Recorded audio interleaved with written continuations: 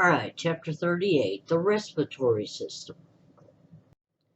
And here are our objectives. Describe the various diseases, respiratory diseases and conditions, list the signs and symptoms of respiratory complications of the various conditions, discuss proper stress reduction protocol measures for the respiratory patient. Discuss proper management during a respiratory medical emergency. Explain respiratory medications, mechanisms of action, potential side effects, and drug actions. Identify what patient interview questions regarding respiratory conditions are important for education, referral, and/or treatment alterations.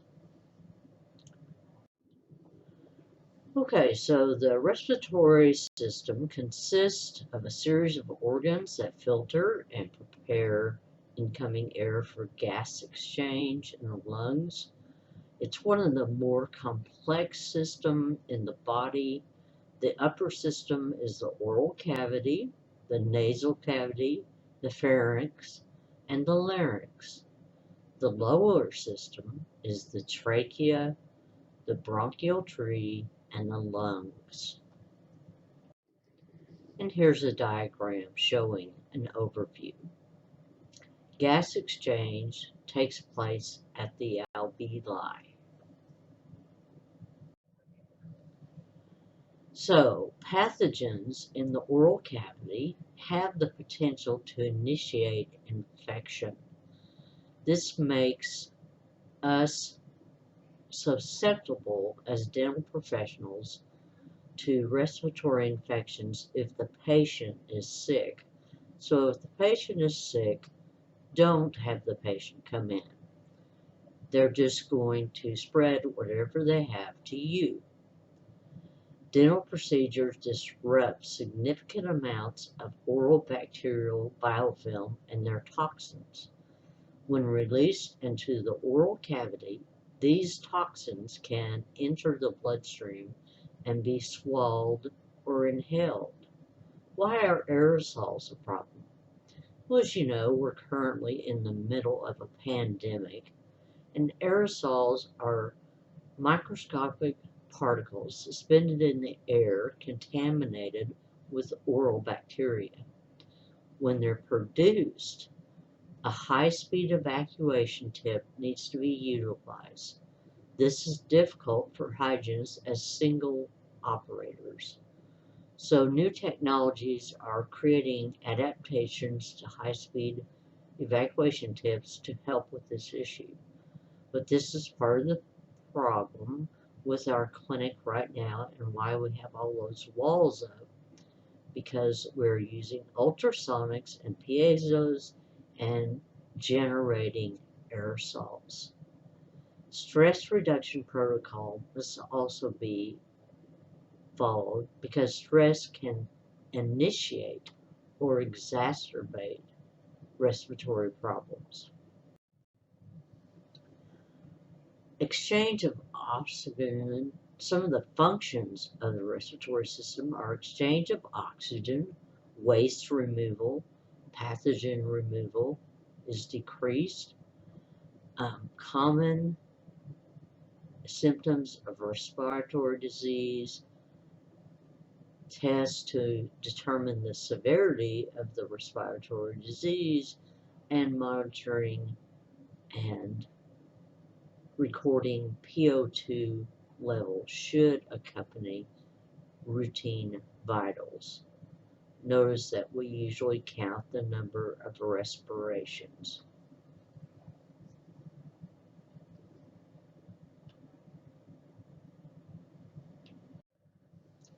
And here's some common symptoms of respiratory disease: cough, sputum, dyspnea, which is difficulty breathing or shortness of breath, wheeze, chest pain, dizziness and fainting, fever, and headache. Now, as I said, these are spread from one person to another. because when we talk, we spread these pathogens. It's caused by bacteria, virus, or fungi. It can be classified into upper or lower respiratory tract. Asthma. This is a chronic lung disease. It has inflammation and narrowing of the tracheobronchial tree, makes it difficult for the patient to breathe. It has different etiology and classifications. It's divided basically into 5 categories based on its etiology. Extrinsic asthma is triggered by allergens such as seasonal pollens, pet dander, and environmental pollutants. It's the most common type of asthma, over 50% of the cases. Intrinsic asthma is associated with a family history of allergy or other known cause.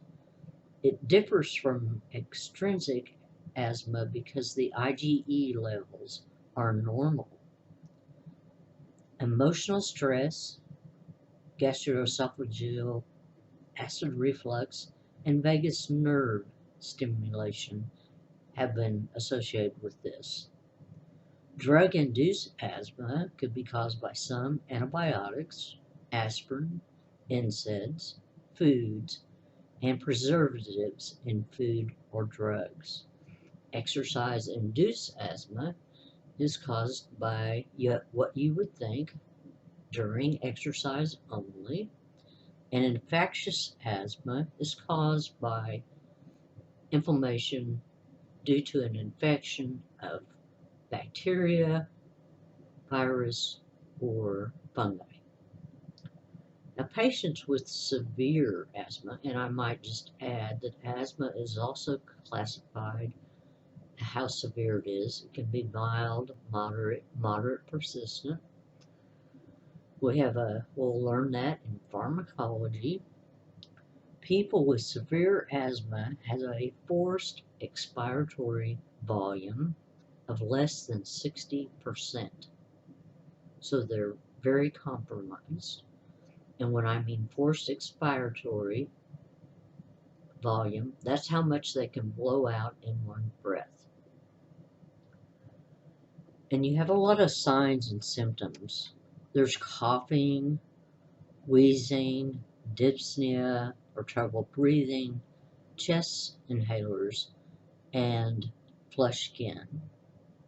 And inhalers, by the way, cause problems for us because they tend to, if the patient doesn't rinse after using one, the patient is more prone to get a candidiasis infection. So you want to tell your patient every time they come in to bring their inhaler with them. If they have a forced expiratory volume of less than 60%, you will want to consult the physician about the best way to treat this patient. And if you have a patient that even has less than 91% forced expiratory volume, you may need to give them supplemental oxygen and avoid some local anesthetics such as articaine and polocaine. But patients with severe or moderate asthma use local anesthetics without epi or with levodopa. So you could use bupivacaine 3% or lidocaine 2% plain. And this is the picture of what happens in asthma, the normal bronchial tube. In the inflamed bronchial tube, you have inflammation first in the airway, and then you get bronchial constriction, and this is what causes the problem with breathing. And here are some medications used to treat asthma and other obstructive lung diseases, which we'll talk about in just a moment. The bronchodilator If used only by itself, they probably have mild asthma, but this is a fast-acting inhalant that helps open up the bronchial tubes. Then some patients have to be on what we call LABAs for preventing asthma attacks long term, but you still may need a rescue inhaler, such as a bronchodilator. So corticosteroids inhaled and oral are also used. And then we have leukotriene modifiers such as montelukast that actually help inhibit the chemicals that are released during an asthma attack. COPD, or chronic obstructive pulmonary disease, is a nasty little disease. It's preventable because it's mainly caused by smoking.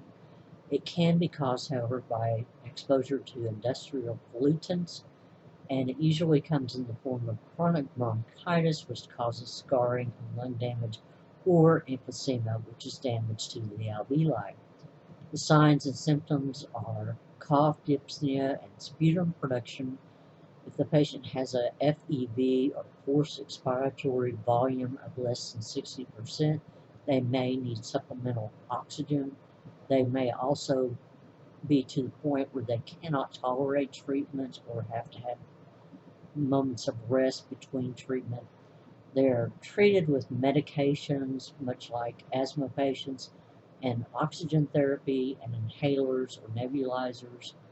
And just remember that these patients are at an increased risk of caries and periodontal disease. Cystic fibrosis is a hereditary disease. It's lifelong. It often causes a shortage in life expectancy. It affects not only the lungs, but the pancreas, the liver. The production of thick, sticky mucus causes blockages. There's no cure. Treatment can decrease symptoms. And again, remember, these patients may be at a higher incidence of oral disease, including caries and perio. And you may need just to take time and stop and let them breathe. Tuberculosis is an infectious communicable disease caused by Mycobacterium tuberculosis. It's highly contagious. However, it has been eradicated from many areas of the world.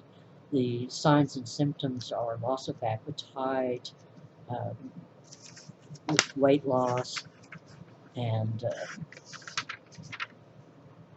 fatigue, fever, night sweats. If it is diagnosed by the pptx test that's administered just beneath the skin, and if the patient has a clear chest x-ray, they may have a latent tuberculosis, and in that case they will be put on INH and treated for 6 to 9 months. Again, you want to delay treatment in anyone that has active tuberculosis because they will need to be treated. They should be considered infectious, and they will need to be treated with INH, rifampin, and some other drugs to reduce. And you would not treat these patients until they are no longer contagious. So respiratory pathogens can be responsible for acute respiratory infection because they live right in our oral cavities. You need to evaluate the health history, the respiratory disease status. You notice that how they are breathing, how well they breathe, what kind of medications they're on and how they use them, and continue to monitor vitals overall. And precautions and treatment alterations for patients need thorough consideration so you can avoid complications or medical emergencies. Again, you may need to have supplemental oxygen. You may need to have the patient's inhaler on hand. You want to be prepared should this become a problem. And that's all, folks.